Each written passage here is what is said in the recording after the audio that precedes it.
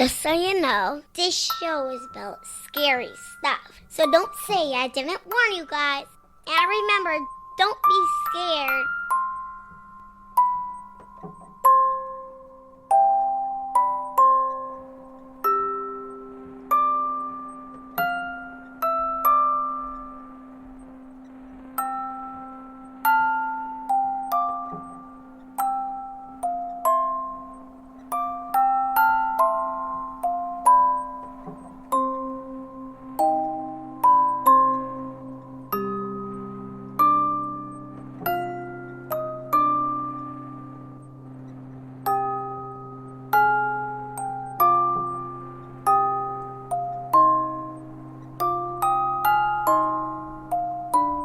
Episode 112, Officer Down Part 2, Lookout.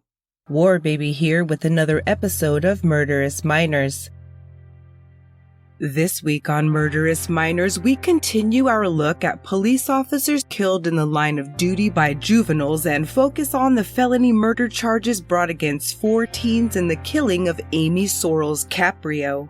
I will be playing a portion of Officer Caprio's body cam audio, so please be advised.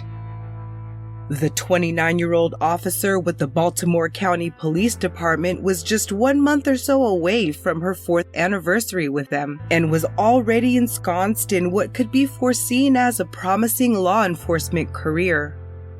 In March 2018, Officer Caprio had been given the Officer of the Month award for her precinct, and the hometown gal was thought to have a lengthy career ahead, dedicated to public service and full of further accolades. Her award came after her investigative work located some package thieves the previous holiday season who had been porch pirating homes all over Baltimore County, Maryland. She was able to link previously thought to be unrelated thefts to the same individuals, finding a huge amount of stolen property in the pair's hotel room once they were caught. The events leading up to the end of Officer Caprio's career and life began with the report of a routine break-in on May 18, 2018. The local graduate of Loch Raven High School and Towson University was preparing to turn 30 on May 27th and was working her last shifts before going on vacation for a week to celebrate her and her husband's birthdays as well as their 3rd wedding anniversary. The dog lover likely had treats in her patrol car that day like she always did, while over in nearby Baltimore City, Maryland, a man came home to a mess and soon reported that his home had been burglarized. His 2016 Jeep Wrangler had been stolen along with its spare key. Before police could respond to take his report in person, a different officer arrived at his home to tell him that his Jeep had been involved in a hit and run, but the owner hadn't been involved and he had no idea who had done it.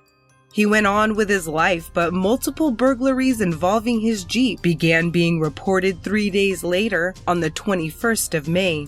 16-year-old Derek Matthews, his 17-year-old cousin Eugene Genius, and their friends Dawnta Harris, 16, and Daryl Ward, 15, had ditched school and driven the Jeep into Baltimore County.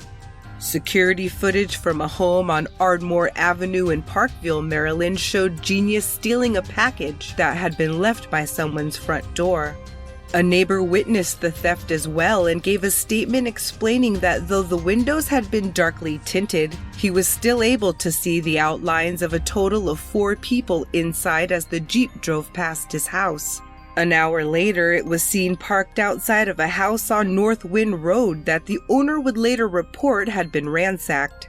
20 minutes later, it was 5 miles away on Linwin Way in the Perry Hill section of Nottingham, Maryland. The Jeep was spotted as were 3 unidentified males looking into the window of a house around 1:50 p.m., with a neighbor snapping cell phone pictures and sending them to the homeowners who instructed her to immediately call 911. They weren't expecting any visitors, so when she saw the unknown trio enter her neighbor's home, she called 911 again in order to update responding officers to the changing situation. 16-year-old Dawnta Harris was behind the wheel of the Jeep waiting, still wearing the ankle monitoring device he had been released to his mother with 11 days before. A brick was used to shatter the patio door of the house whose windows his friends had been looking in, and roughly $4,000 worth of belongings were taken from the home.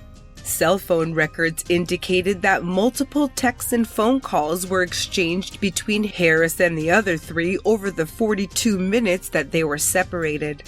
Roughly 20 minutes after the first 911 call, Officer Caprio arrived on the scene of the suspected burglary on Linwin Way with her body-mounted camera on. The footage shows Caprio's patrol car tailing the stolen Jeep, following behind as it entered a cul-de-sac. She didn't follow, however, instead parking at a slight angle to block the exit, quickly jumping out of her patrol car, drawing her weapon, and stepping into the oncoming vehicle's path. With the gun pointed directly at Dawnta Harris through the front windshield, Officer Caprio commanded the driver to stop and get out of the vehicle a total of 8 times. Stop! Stop! Get out of the car! 10-3. Get out of the car! Get out of the car right now! Get out of the car! Get out of the car! For a second, it seemed that Harris was going to comply because the Jeep slowed and the driver's side door popped open, just a few inches from the officer, who had taken one step to the side toward her patrol car and out of the Jeep's path.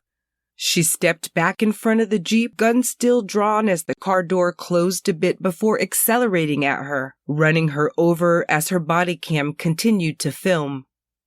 The Jeep kept going down Linwin Way even as the wounded officer lay bleeding in the road, with tire marks on her legs, and it was there that neighbors who ran to check on the commotion tried to keep her alive until first responders arrived. Officer Amy Caprio was pronounced dead at Franklin Square Hospital around 2:50 p.m. The medical examiner would later conclude that she had suffered blunt force trauma to the head and to the torso as well, resulting in injuries like multiple rib fractures, a macerated liver, and other crushing injuries to her internal organs consistent with a vehicle rolling over her body one time. Officer Caprio was the first female officer in her department's history to die in the line of duty and the 10th officer killed in the county police department's 144-year history. A man sitting on his patio called police after seeing a teen who would later be identified as Harris abandon a Jeep with a damaged windshield along Danville Road, and an officer en route to the scene also noticed a teenager walking casually down the street. It wasn't until the officer reached Linwin Way and injured Officer Caprio that he was given a description of the suspect, realizing that he may have passed him. He went in search of the teen and found him walking by 3:30 p.m. and by 6:30 p.m., Harris was in an interview room at the police station, having been read his Miranda rights. He was interviewed for hours without a parent or a lawyer present and gave multiple accounts of his actions over the prior 24 hours. Before questioning began, Harris was videotaped trying to hide the stolen Jeep's key somewhere in the interrogation room, having pulled it from his pocket once he was left alone. He finally decided on cramming it beneath the seat of the chair the detective would eventually sit in, where it promptly fell out and into police possession. You don't have a clue why you're down here? Not at all? Okay. Well, you were picked up out off of Bel Air Road. That's where they brought you from, right? Okay. What do you know out that way? No, I don't know anything. All I know is that I seen a whole lot of police coming down the street. Yeah. Okay. So,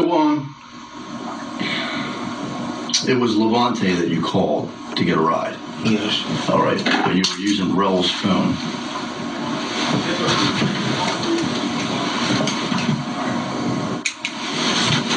But you were using Rel's phone? Where'd this key come from? It just dropped from under there. From under the seat? Yeah, when we just sat down, it just dropped under. Did you put it under there? No. You sure? It's a Jeep key. Just be honest. It's okay. People do stuff like this all the time. People are nervous. I get it. You stuck it there because you didn't want a Jeep key in your pocket? Good enough. He then said he'd spent the night at Daryl Ward's house but went to his girlfriend's house around 8:30 a.m., where he stayed for a few hours. He said that he'd been walking to a gas station to call a cousin for a ride home when intercepted by police. At first, he said he knew nothing about the stolen Jeep, but then said that he'd just seen it sitting there running, so he got in it for a minute, but then got out once he saw the damage and realized that it must be stolen. Harris then told a rambling story that culminated with him in the stolen Jeep's driver's seat, accelerating at Amy Caprio. I was just too scared. I was paranoid, too paranoid. I didn't know what to do. Okay. I just did what that came to my head. Was to at least try to pull off. Okay. And she's blocking the road, though. Yeah, but not really blocking the road, but kind of is. Like, explain that to me. I'm trying to understand. When I'm going this way, the car's this way, but the car's like this. Mm-hmm. So it's sideways. Mm-hmm. So you have to go around like that. You were able to go around it? Yeah. Okay. All right. The only reason I didn't hear what she was saying because it was music playing a little bit. Okay. All right. All the windows rolled up. You heard her say get out of the car. You heard part of what she said. She's got the road blocked. And you had to maneuver to the right and then back around again to fit in the spot that she had left open? Yeah, but when I put my head down and closed my eyes, I didn't move the wheel. Like, I just... Well, you didn't do that to begin with. I mean, you would have had to driven around her car first with your eyes open, or you would have never made it. Right. Okay. But all I did was... So then she's in the way. All I did was... The car never got put back in park. It was stayed in dry. So all I did was just put my head down because I seen it come. And it was pointing directly at me. Okay. So I put my head down and I was just gripping the wheel, like the steering wheel. But I didn't want to pull off anything. But it was just, I was getting even scared. And I didn't know what to do at all. Okay. So I had pulled straight off. Well, did you stop when you hit her? No, I didn't even know I hit her. Well, you knew she was standing there when you put your head down. Yeah, I knew she was standing there when I put my head down. And that's when you hit the gas, just put your head down and didn't look? No, I didn't look at anything. I was too scared to look. Because I didn't know if I was going to crash, hit the police car, or hit the police, or I didn't know if I was going to get shot or not. Okay. So when she's yelling for you to get out of the car, you open the door a little bit. Yeah. And then you decided you wanted to close the door because you wanted to go home. Yeah. Okay. And then you said you were able to go to the right, around the right side of the police car because that's where there was enough space to maneuver through. Yes. Right? You couldn't do it on the left side?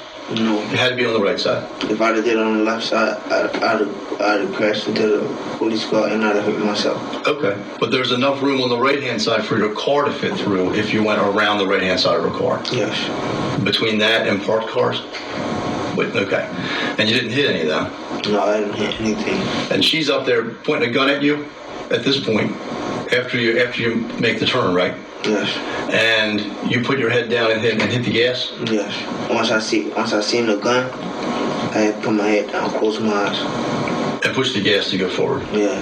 But I would say it was like 5 seconds before I pushed on the gas pedal. Okay.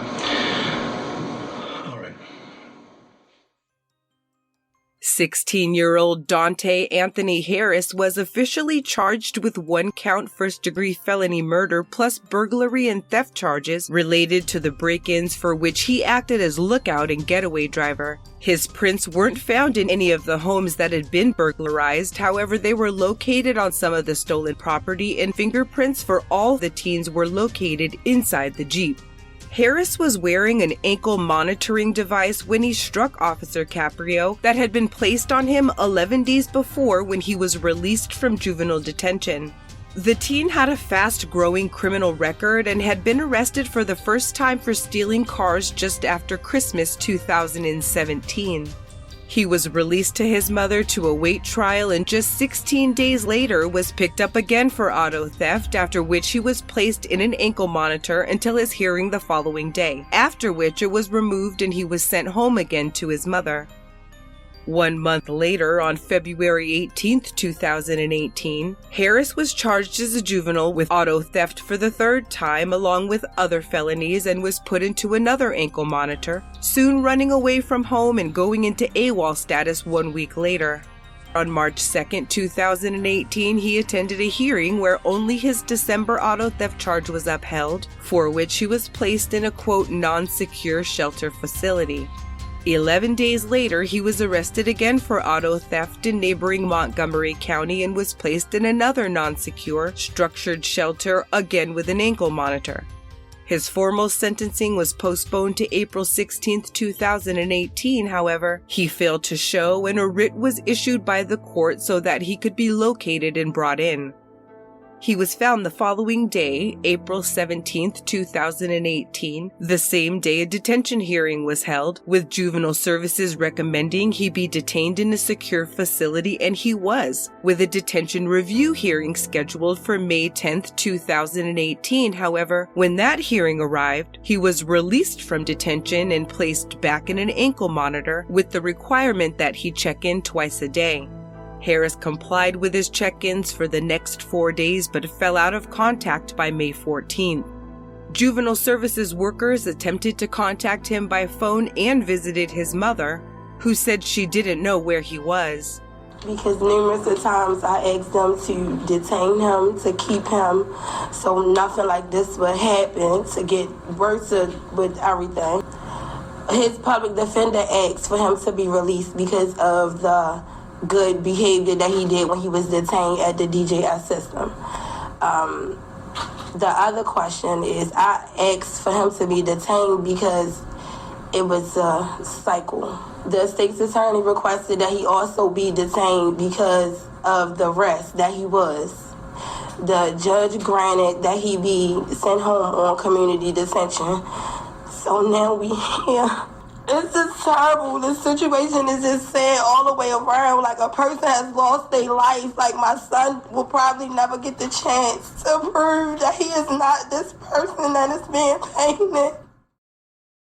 Harris's mother, representatives from Juvenile Services, the Public Defender's Office, and the state's attorney's office were present at a juvenile court hearing on May 18, 2018. However, Dawnta Harris himself was not there, so the proceedings were moved to May 22, 2018, to ensure that there would be time to locate him.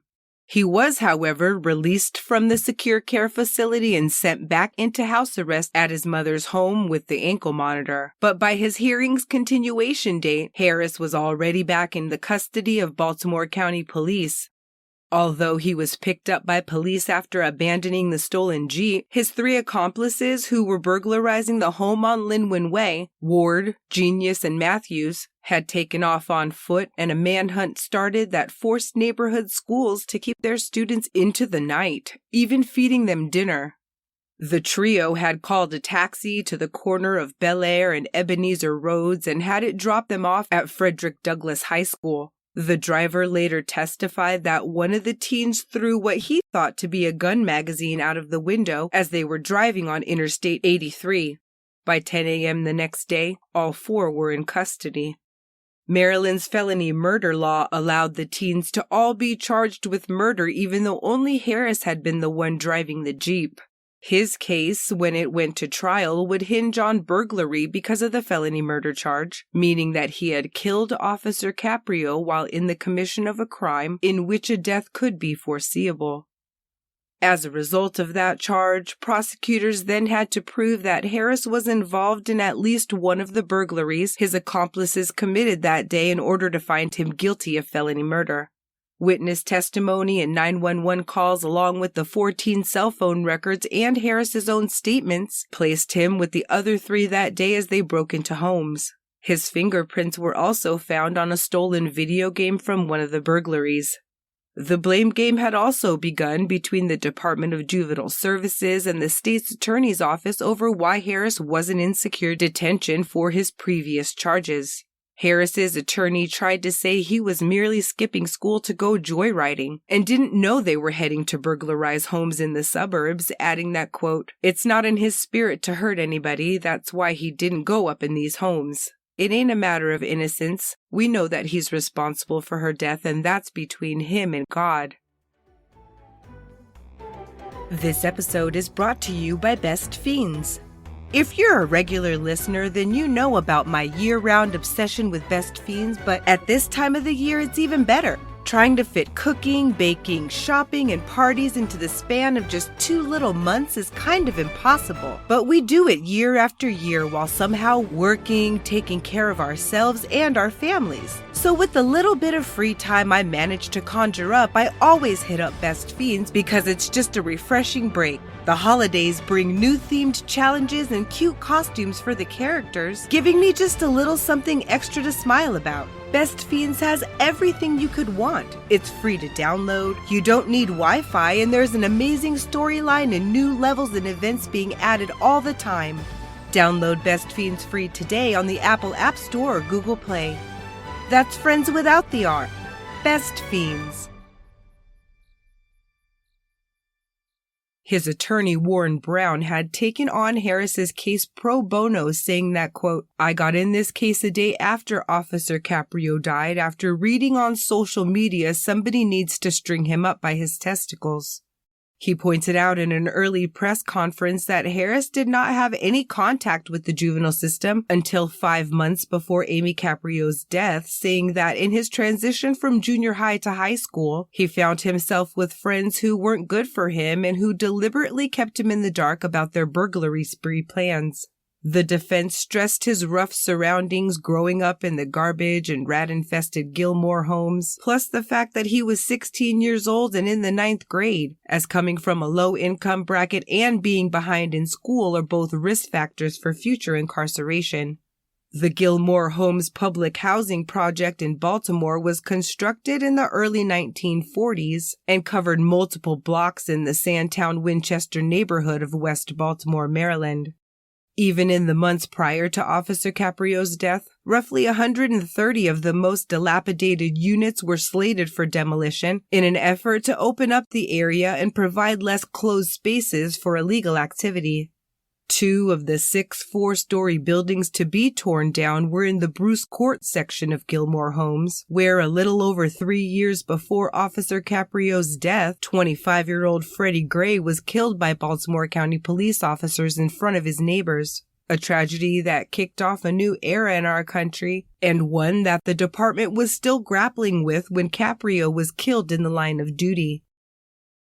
Following about 1 day of jury deliberations and 5 notes to the judge, Dawnta Anthony Harris was found guilty on 1 count of first-degree burglary, 1 count of theft of the Jeep, and 1 count of felony murder on May 1st, 2019.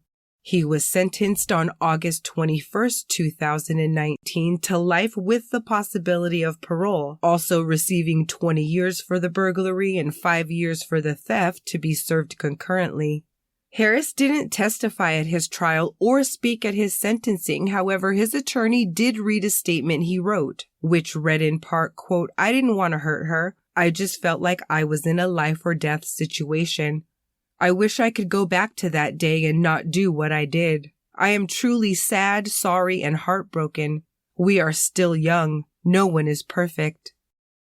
He'll be eligible for parole after serving 15 years, and his initial appeal was recently denied on July 28, 2021. Dawnta Harris is currently 19 years old and is housed at Patuxent Institution in Jessup, Maryland. Amy Caprio's mother and husband spoke at the sentencing hearing. Her husband, Tim, told the judge that his wife's death, quote, "shattered my life.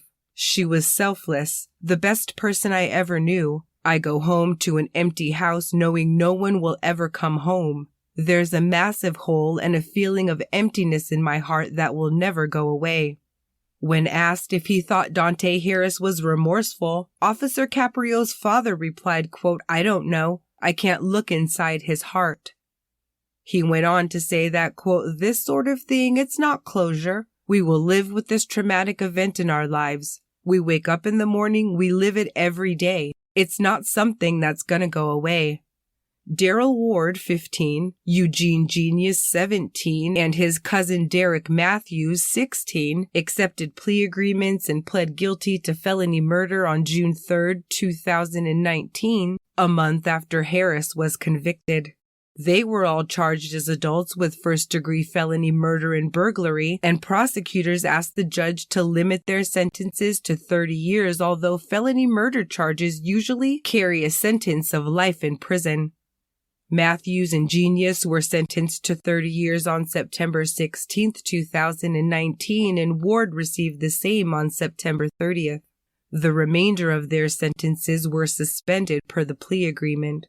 Matthews said at his sentencing, quote, "I'm sorry for the loss of your loved one. I was supposed to graduate from Ace Academy in 2020, but instead I'm making my way to prison. I hate to be seen this way, but this is what it takes for me to open my eyes." Genius said, quote, "I apologize to the Caprio family for the hurt, the pain, and everything I put you through, and I ask for forgiveness. I regret everything I've done. If I had a chance to take it all back, I would." In August 2021, a local Eagle Scout candidate completed a project he'd been planning for years, planting and dedicating a garden with help from Amy's mother in the community in front of the Parkville precinct where Amy worked. And in late October 2021, Gunpowder Elementary School in Nottingham, Maryland dedicated their Unity Playground to Officer Caprio. At the garden dedication, Captain Chimelli had this to say. "When Amy came to work every day, she put on her uniform and she put on her badge, and she did this job because she wanted to go out there and make a difference.